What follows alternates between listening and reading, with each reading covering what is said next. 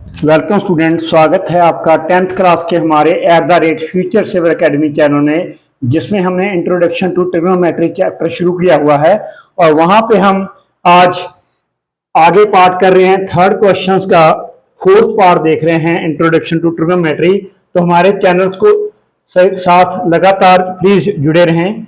और ये आपको रिजल्ट मैं लिख के देता हूं यहाँ पर फिर अगेन कि आपको मालूम है सीकेंड स्क्वायर ए होता है आपका 1 + tan स्क्वायर ए होता है।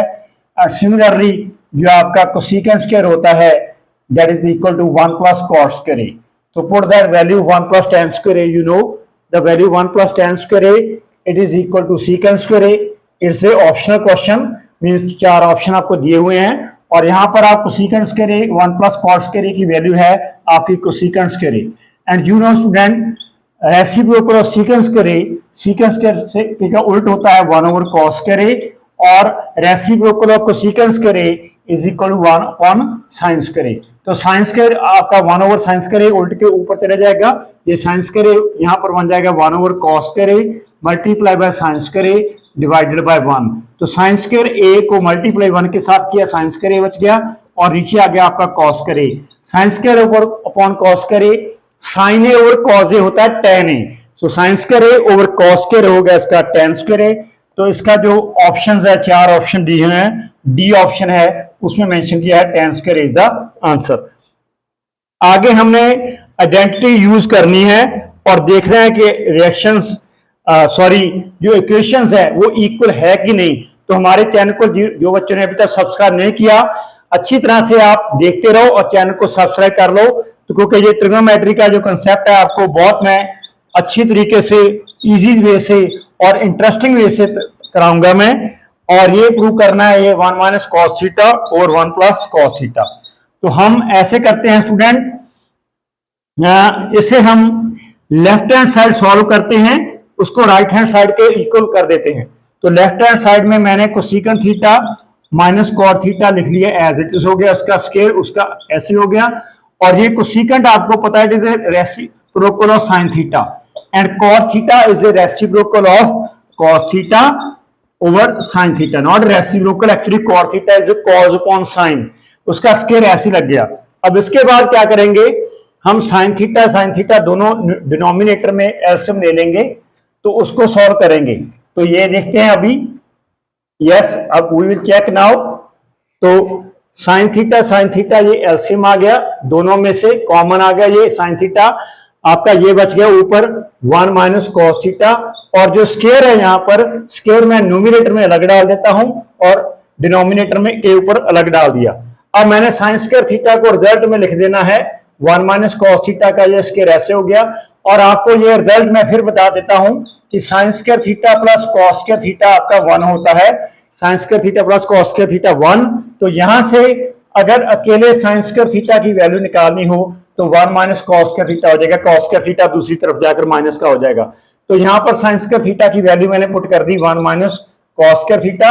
और आगे फिर आपका न्यूमरेटर सेम ही है 1 - cos थीटा का स्क्वायर। और आप क्या करोगे, अब ये जो 1 है 1 को आप लिखोगे 1 square minus cos square theta, क्योंकि 1 का स्क्वायर 1 ही होता है।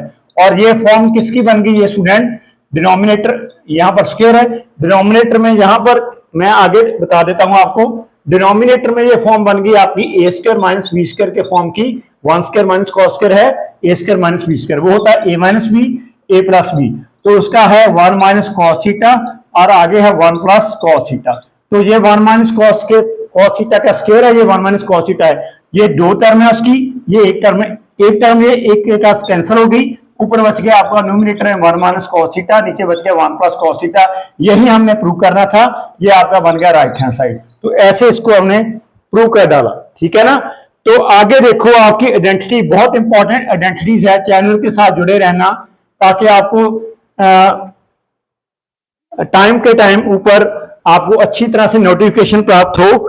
और दूसरा सम आपका है student cos a upon 1 + sin a plus 1 + sin a, उसके ओवर है cos a, और इसको प्रूव करना है आपका 2 secant है। तो very simple some it is, देखते रहना आप। आपने लेफ्ट हैंड साइड को ऐसे लिख लेना है cos a over 1 + sin a, ये लिख लिया, plus 1 + sin a over cos a लिख लिया।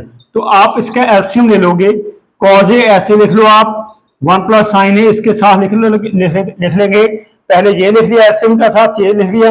अब आगे क्या करेंगे, जो एलसीएम का पोर्शन है वो इससे पहले के डिनोमिनेटर से कैंसिल करेंगे, ये कैंसिल हो गया, इसके साथ 1 प्लस साइन ए, आपका बच गया कॉस ए, कॉस ए को कॉस ए के ऊपर के साथ मल्टीप्लाई करके बन गया कॉस के रे।